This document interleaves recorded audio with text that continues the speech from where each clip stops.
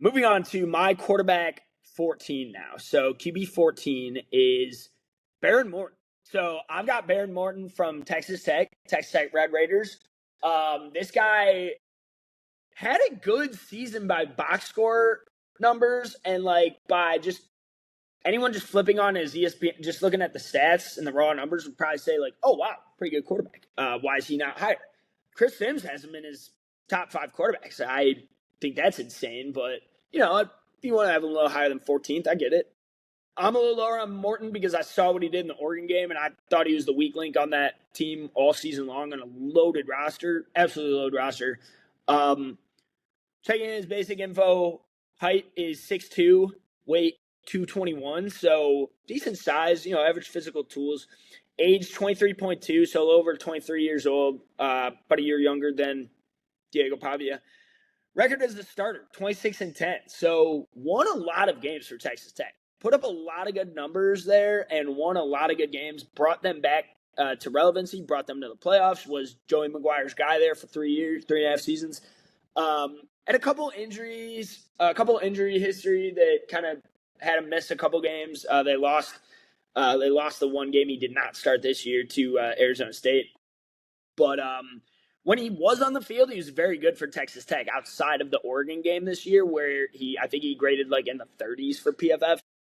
26-10 as a starter, that's a very good starting record. 36 career starts, which is plenty of experience. The Oregon game was ugly, though. I can't unsee that, unfortunately, and that kind of would scare me away from drafting him because he was really good against bad teams and pretty bad against good teams. And that was kind of just Morton was just one of those quarterbacks throughout his 4 years in college where it's he always tore up the awful competition earlier on in the season, and when you get into the better teams, the better games, bigger games, his production would dip a little. So that always scares me when looking at quarterbacks.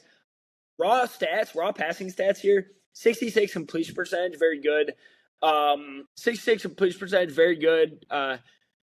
2,700 yards, 2,780 passing yards total, averaging 8.4 yards per pass.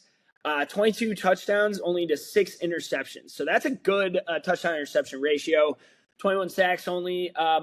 Morton's a fine athlete. He doesn't do much. He's not really a runner. But he can get outside a little bit. Like I said, he has average physical tools, passable physical tools, which, like we said, we're looking for. Only 21 sacks, 154.6 passer rating, which is pretty solid for the NCAA. Very solid this season, but the advanced metrics is so that's the thing on Morton. If you just look at the raw passing totals and the numbers he put up over his 4 years, you would think he's a very good quarterback. You'd probably be really impressed and have him higher on this list. When you look into the advanced numbers and the advanced metrics, that's where it kind of dips a little. Only a 72 PFF grade this year, and he, like I said, he was the clear weak link on an absolutely stacked roster, throwing to some very good receivers. Not great receivers, but Caleb Douglas, Reggie Virgil, Coy Aiken, and one of the top tight ends, Terrence Carter Jr. So he had plenty of talent that he was throwing to. Plenty of good receiving core. Also a two-headed dragon in running back room, and Cam Dickey and Jacoby Williams. Morton was the clear weak link on the offense, and I said that all season. That was my one concern going into the Oregon game, is I didn't think Morton could beat that defense. And 72 PFF grade, which is just subpar. I hate to say it. It's just kind of average. Last year, he had a 79 PFF grade, which was better. I thought he was better in 2024 than 2025. He was unable to do anything against Oregon. Like I said, a 33 PFF grade that really brought his grade down. I think before that game, he was sitting at a 77. The adjusted completion percentage also dipped to a 75.2, but that's still solid. And then the PFN score a little higher, 81.2, QBR 72.2, similar to the PFF grade. He's the only quarterback on this list, on my list of 15, with a negative wins above average. So his wins above average was the lowest of these 15 at negative 0.006. So that's not good. That's just not a good start for Morton. Again, it's I think the offense Texas Tech had this year was really schemed up to make him look good and kind of protect Morton. And the offensive line protect him as well. But anytime he saw pressure or play broke down, he was unable to create outside structure and make anything happen. Just an average arm and nothing that's really going to wow you. I truly think if Texas Tech had better quarterback play this season, they could have won it all with that elite defense that they had. So if we look at the NFL Combine, the production score, 59.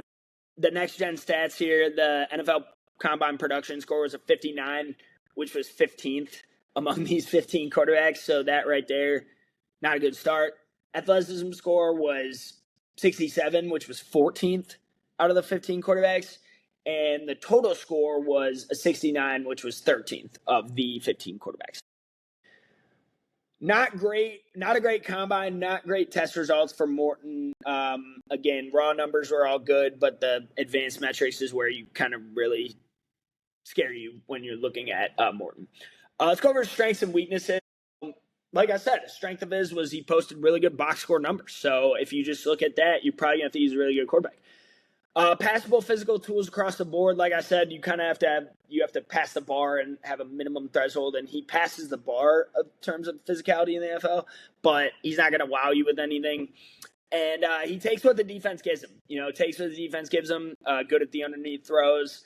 Outside structure, playing within structure, he was great. Outside structure, not so much. So that's my one worry with Morton. Weaknesses. Like I said, he was the clear weak link on a loaded roster. He was pretty abysmal against top competition, always tore up the poor teams, but was never always struggled against in the ranked matchups. So not what you want to see. Preferably, I want to see a guy rise up and rise to the occasion in the big games and the big moments. So, and lastly, struggles to make anything happen outside the pocket. So, like I said, whenever the play broke down, he's not much of an athlete, not really going to wow you outside and throw on the run, and never really takes off and runs. Their backup, Will Hammond, was the runner, the dual threat guy, but not Morton at all. So NFL projection and outlook for Morton. So again, this is another UDFA for me. My player comp for him is Max Brosmer. I think he might stick around for a year, and I don't know if he'll ever start a game or not in the NFL. Team fits Cowboys and Texans. He's from Texas. Played in Texas in college in Lubbock, obviously. If they need backup quarterbacks, that could be an area they look at. But I'm not seeing much from Morton. Again, this is my QB 14 for a reason. I'm not sure what Chris Sims is really seeing in him. I know he's got him in the top 5. Maybe I'm missing something, but what I saw from Morton in the big games just unimpressed me. So I can't. Some of the throws he made in that Oregon game were just not good. So again, not to dog on him too much, but that would just scare me away from ever wanting to draft him. So.